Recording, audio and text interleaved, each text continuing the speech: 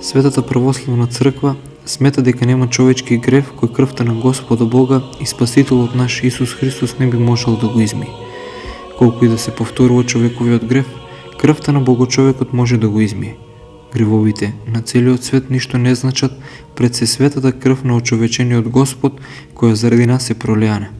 Он беше изнаранет заради нашите гревови и мачен заради нашите беззаконија. Казната на нашиот мир падна врз него, а преку неговите рани ние се изликувавме. Книга на пророкот Исаија, 53 глава 5 стих. Неисцелен останува само оној кој сам го отвора исцелението и спасението, дарувано на него и на сите луѓе.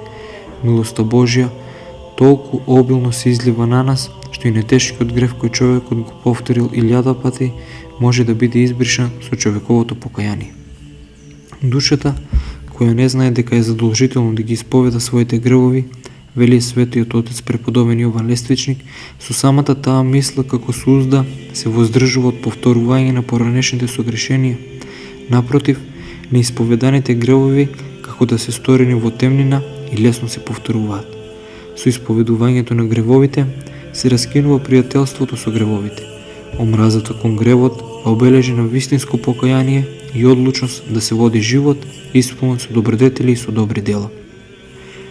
Ако си стекнал навика на гревови, тогаш исповедувај ги почесто и брзо ќе се ослободиш од робување на гревот. Лесно и радосно ќе го следиш Христа Господа. Кога некој постојано се предава на своите пријатели, тие стануваат негови непријатели и се оддалечуваат од него, како од предавник кој навистина сака да ги уништи.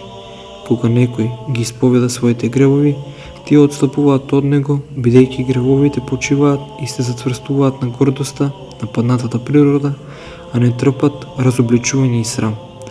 Кога некој, во надеж на покаяние, си дозволува доброволно и намерно да греши, тој постапува подло кон Бога. Таквиот неочекувано го стигнува смрт и не му се дава времето на кое смета да го посвети на добри дела. Со светата тајна исповед одлучно се исчистуваат сите гревови, направени со збор, дело или со помисла. За да ги избришеме од срцето гревовните навики, кои во него долго се вкоренувале, потребно е време, потребно е постојано живење во покаяние. Постојано покаяние се состои во постојана смиреност на духот, во борба со помислите и чувствата, преку кои се покажува гревовната страст скриена во срцето, во скрутувањето на телесните сетила, на стомакот, во смирената молитва и во честата исповед. При одлучно откривање на прегрешенијата направени со дела, зборови или помисли, за една година може да се напредува повеќе, отколку со помош на други подвизи за 10 години, па макар тоа да се и најтешките подвизи. Затоа ѓаволот и се бори толку силно против ова спасоносно действување. Не советуваме да се впуштате во детално и прецизно просудување на вашите гревови и вашите гревовни особини.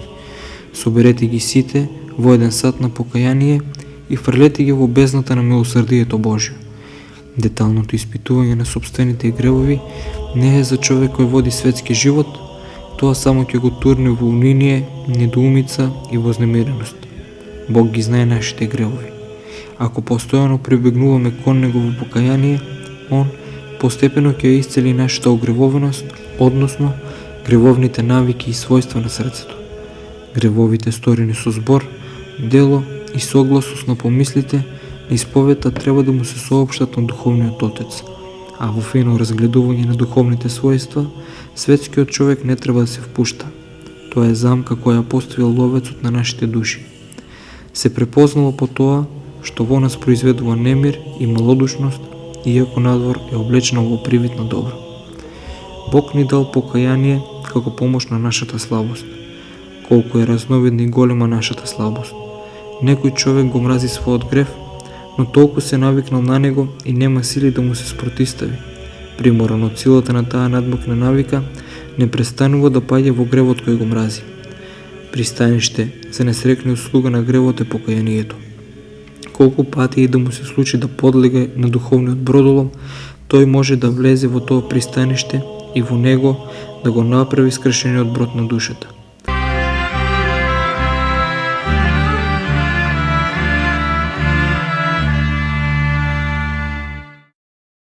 Црковната историја го зачувала следниот разговор помеѓу некој монах кој страдал од грев и еден од најголемите Божји угодници кој се обидувал со духовни дарови, па заради тоа изобилство го добил името Велики.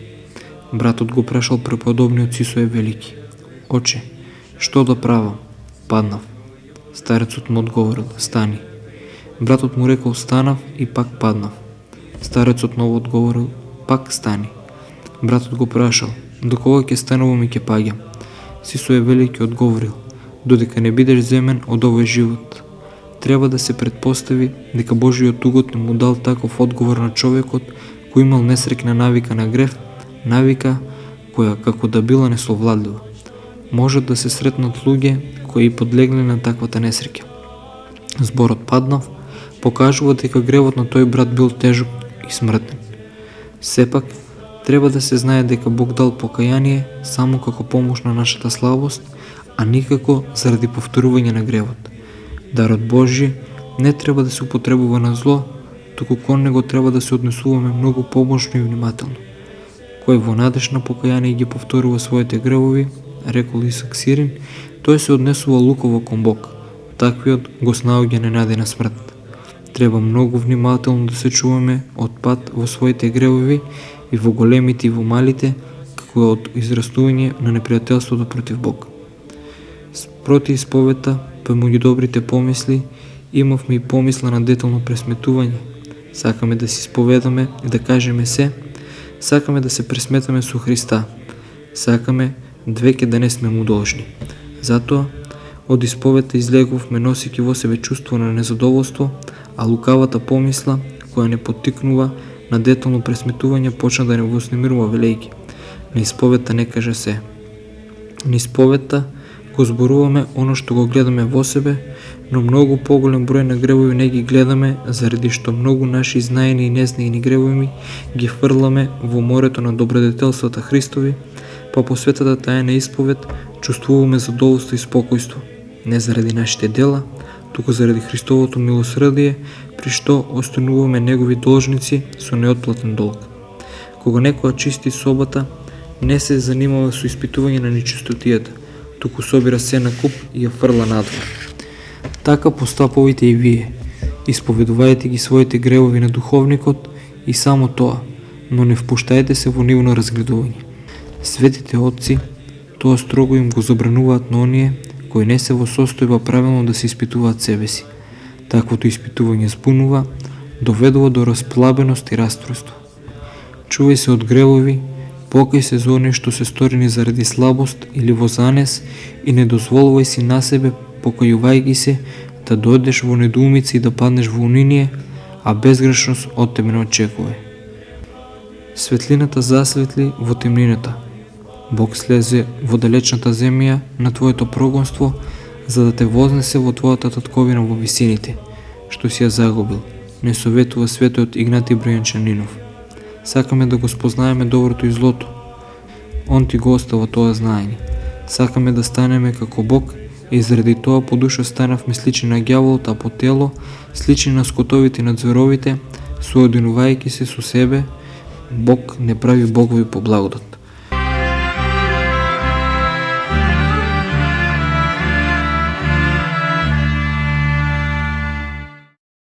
Исповета е семокно, како устанува на семокниот Бог. Нема грев кој би обстанал пред лицето на покаянието. Тоа е дар на паднатата човечка природа, тоа е остаток на нашата правобитна непорочност, како свест за таа непорочност и така заради нашето губење. Тоа е восклик на крштението, тоа е врска на земјата со небото, лествица кон небото. Со исповета се чистува и се брише секој грев. Дури ако сме обременети со најтешки прегрешенија, никако да не се двумиме да пристапиме кон покаянието и исповета. Неизмерниот океан, еднаква голта водата на широката река, која величествено тече низ многу земји и скромните струи на едвај забележливиот поток.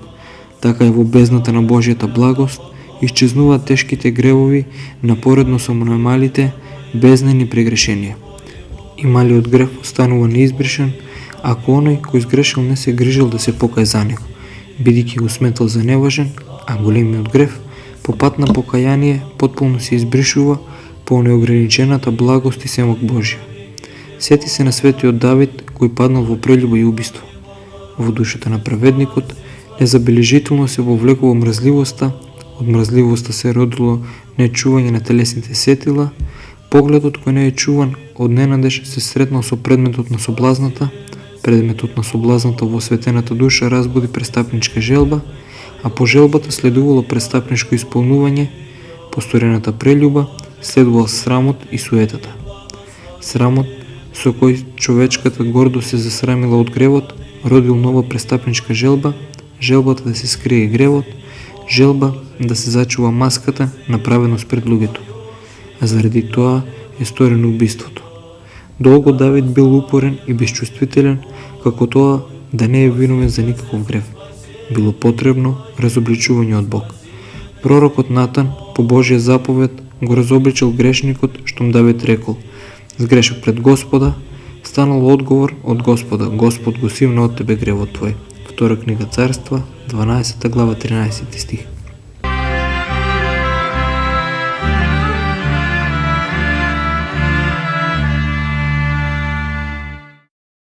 Немојте да мислите дека оние грешници кои живееле во времето кога Спасителот живеел на земјата биле посебно срекни.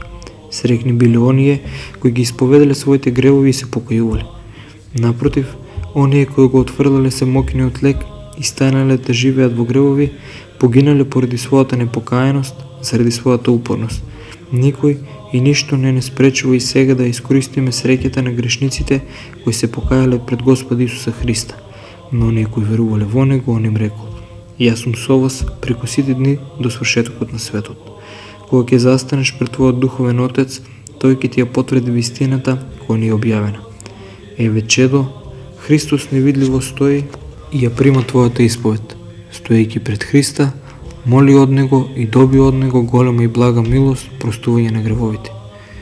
Донеси цврста одлука да живееш богоугоден живот и веднаш принеси покаяние и исповед за сите промушувања што ти се случиле или по твојата слабост, или по лукавство на демонот, или од околностите.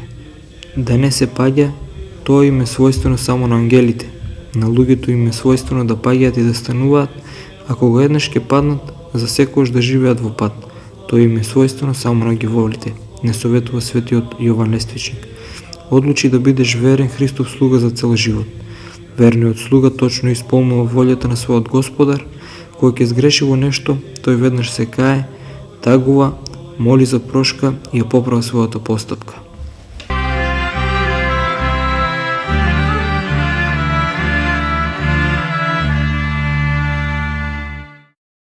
Се подготвуваш за една важна света тајна, за светата тајна исповед. Според тајното христијанско учење, ти имаш намера да се крстиш со второ крштение. Доаѓаш до духовното лечилиште, немој да излезеш неисцелен. Ти престои чудесен и необичен суд. На него ќе се објавуваат и оценуваат твоите прегрешенија, а наместо казната што си ја заслужил, ти се дарува оправдание, чистота и светост. Дојдете и ќе пресуди, вели Господ. Гревовите ваши се и како бакам, како снег ќе ги побелам, да бидат црвени како пурпур, како волна ќе станат бели. Вели пророкот Исаија во првата глава од 18 стих во својата книга. Оваа светиња по својата бесконечна благодат ти ја дарува овенчаниот Бог, кој твоите казни ги понел на себе, барајќи од тебе единствено свест за своите прегрешенија. Невозможно е да му се прости на оној кој не е свесен, кој вели дека не смета за виновен, дека прошка не му е потребна, оној кој отфрла прошката. Потопи се во побожно и благочестиво созерцание на навистина големата и величествена тајна. Потопи се во созерцание на бесконечната Божја љубов кон паднатиот човечки род. Бог ја докаже љубовта своја кон нас со тоа, што Христос умре за нас, уште додека бевме грешни. Затоа сега, откако ќе се оправдаме со крвта Негова, многу повеќе ќе се спасиме преку Него. Послание до Римјаните, 5 глава, 8 и 9 стих. И ќе се спасиме од гневот со покаяние и исповед, кој ги исправа сите наши престапи, не поддржува цело време при нашето земно странствување, не извлекува од секоја гревовна провалија, колку и таа и да е длабока.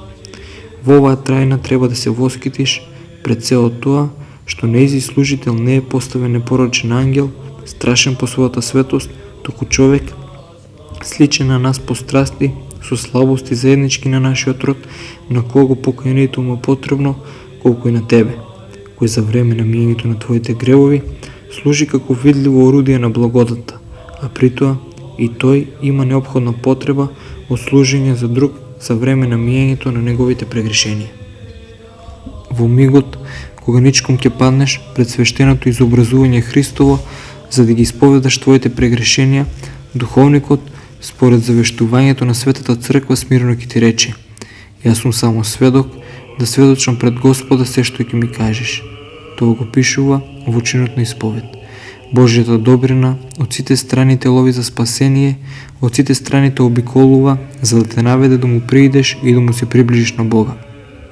Ако кон светата тајна покаяние пристапуваш со негрижа, со лукавство и резервираност, тогаш презема сатански потфат, му се подсмеваш на семокниот Бог, кој се гледа и кој те создал и обновил, кој ти подарил благодат на покаяние, за со помош на неа да живееш во пристаниште и состојба на обновеност, и кој на крајот ќе ти суди и ќе разгледува како си ги употребил неговите неискажливи дарови. Светата Црква во чинот на исповед на духовникот му ги става во уста заради предупредување на покајникот следниве познати зборови: еве чедо, Христос невидливо стои и ја прима твојата исповед. Немој да се срамуваш, ниту да се плашиш, па нешто да скриеш од мене. Туку без стеснување кажи се што си сторил, за да примеш отпуштање од нашиот Господ Исус Христос. Ако скриеш нешто од мене, двоен грев имаш. Не согласувај се со помислата на лукавиот кој ќе те наговора. Како ќе му кажеш на духовниот отец за толку гнасен и низок грев? Скри го сега, па ќе го кажеш на следната исповед, кога ќе помине доволно време и кога ќе ти биде помалку срам да зборуваш за твоја одамна сторен грев, на кого едва и се сеќаваш. Препознај го гласот на древната змија, кога доаѓа како крадец да ги украде твоите мисли, да те заколе со злобен совет и да те погуби. Така што ќе ти го одземе спасението, кое Господ бесплатно ти го нуди преку покајанието. Звукот на тој глас е сличен со оној кој некогаш се слушнал во рајот и ги извел нашите прадоци од таму.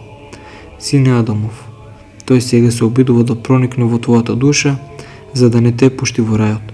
Оттргни се од него, не слушај го, немој да го вкусиш отровот кој е смртоносен за твојата душа. Исполнет со кротка вера, со храбро самоотврлање, со смирена простота и искреност, пристапи кон светата тајна исповед. Верува дека семокниот лекар, Господ, сите рани и мали и големи, еднакво се ништожни, еднакво се лесно исцелителни. Семокниот Логос исцелува, воскреснува, воведува во рајот со еден единствен збор. Создателот не мора да се труди, он ја искажува својата волја и се создадено, видливо и невидливо, послушно ја исполнува неговата заповед. Таа волја се изрекува и се бришат нашите прегрешенија, кои ние и нашите непријатели ги испишавме во вечната книга на судот Божи.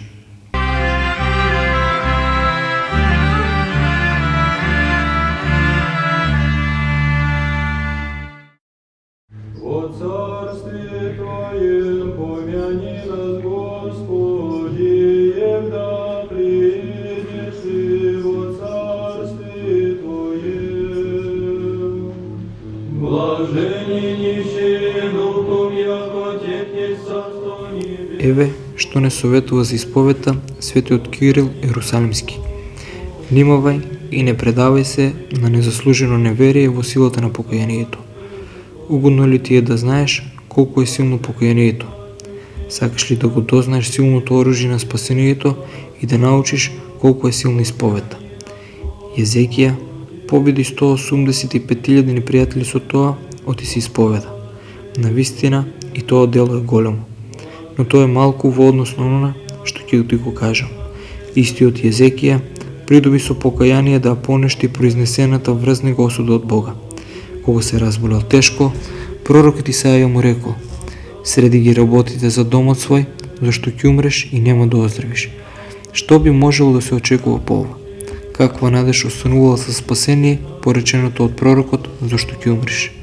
Меѓутоа Језики не го оставил покаянието и помнејќи го напишаното: ако си останевте на местото и мирувавте, ќе се спасевте. Се сврати Језики со лицето кон зидот и му се помоли на Господа велејки: О Господи, спомни си дека јас одев пред лицето Твое верно и со предано на Тебе срце и го вршев она што беше угодно пред очите Твои. И заплака Језики силно. 4 книга Царства, 20 глава, 2 и 3 стих. Језики продолжил: ако си спомнеш за мене, тоа е доволно за моето исцелување, оти ти не припаѓаш на времето и сам си законоположник на животот. Нашиот живот не зависи од датумот на раѓањето и од поврзувањето на звездите, како што дрдорот некој, а Твојата волја која определува на секого колку да живее. Оној на кого според пророчкото соопштение му беше одземена секаква надежа за живот, доби дополнување од 15 години живот, потврдено со доказ од сонцето што изврши обратно движење. Ако Језеки со покаяние можел да го поништи Божето решение, заради Исус Христос ќе откаже прошка за гревовите на оние кои се покајале.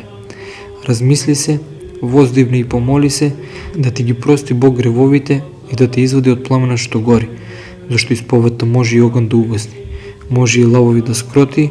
Ако не веруваш, спомни си со што го постигнал Ананија и неговите другари, со што го изгаснале тие огнат, колку вода била неопходна за да се изгаси пламенот висок 45 лакти.